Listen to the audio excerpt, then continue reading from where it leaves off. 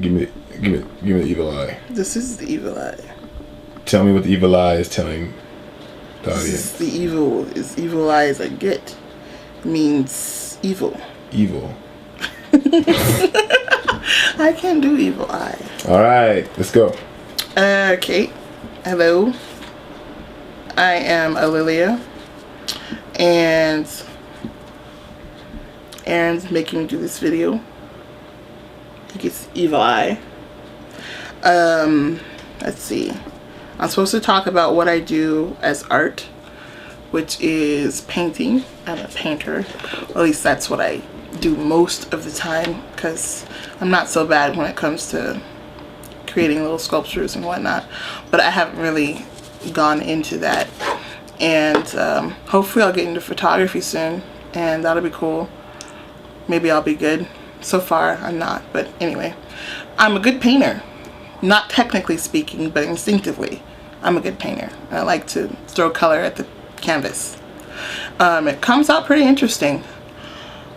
Right now I'm working on a series of paintings. Ow, sorry, it just hurt my toe. A series of paintings, well, two actually. One's in progress and one I'm just starting.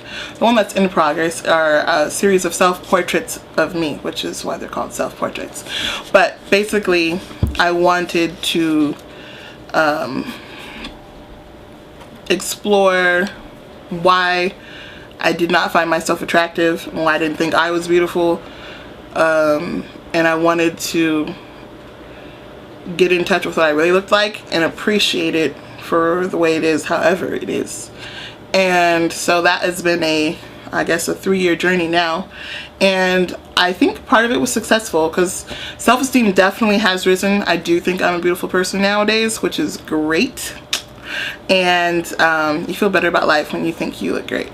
And so my self-portraits in that respect have worked, and I wanted to build a language of love for myself that I could talk to myself with and say, you're fantastic, Lilia, and this is what you look like, yeah, and it's great too. And so that series is still going. I still am working on stuff with that. I think the style of it has changed, physically speaking, and I like where it's going. I like where it started, and I like where it's going.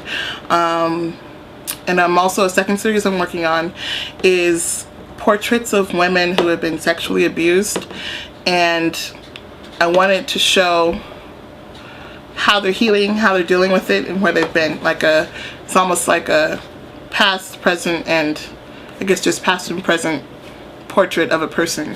And so far they've all been people I know and I'm actually really good friends with, because it turns out that there are a ton of women that you know and that I know, it's like almost everybody, who have been affected in some way or abused and sexually in some way, whether just and all of it is traumatic psychologically speaking, and it affects you,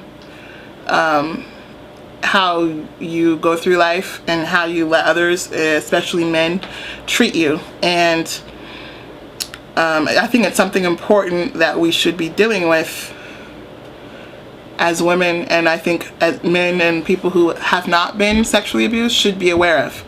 So I'm trying to build awareness and also kind of attribute to the process of healing that these women have started, and how strong they are and how powerful and beautiful I think they are.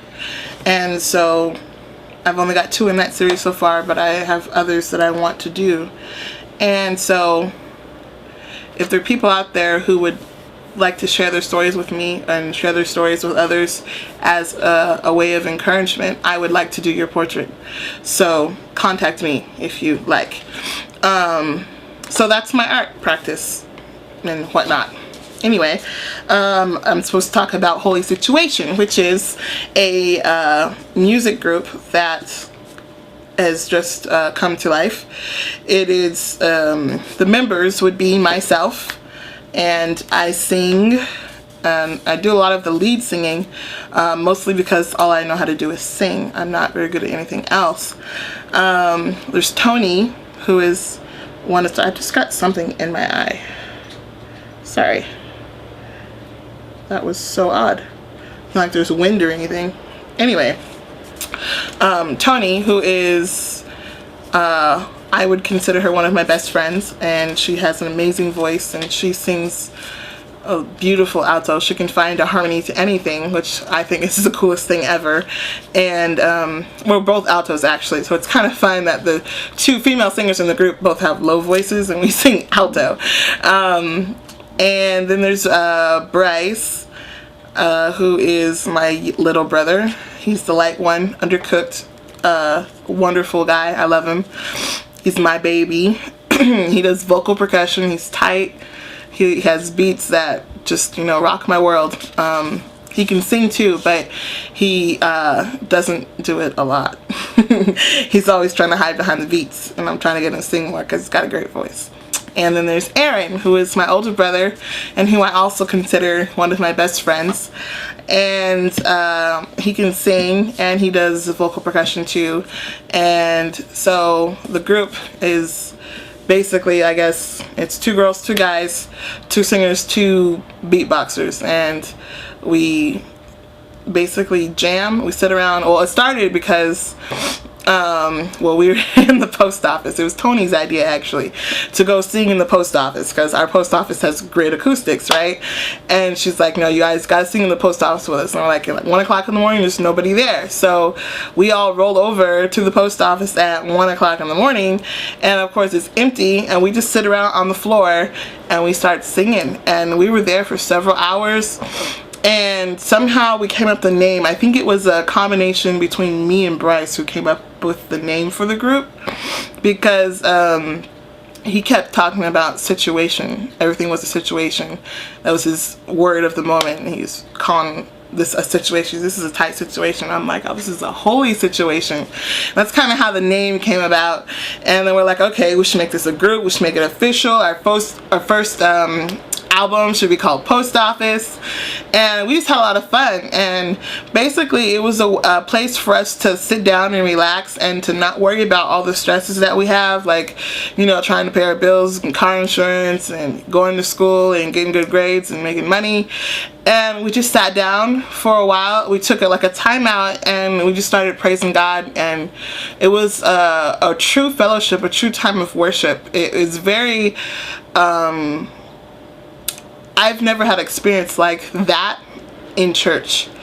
It was a truly holy experience for me. It was very deep, and I haven't felt anything like it since then. And so it kind of has taken a special spot in my life, this group and what we do. And we don't necessarily, like, we practice some songs, but most of the time we just sit around and jam, and whatever we're feeling and going through at that time is what comes out in the music we sing. So it's a wonderful release for me, especially. I'm not sure exactly how everyone else in the group is experiencing it, but that's my experience with Holy Situation.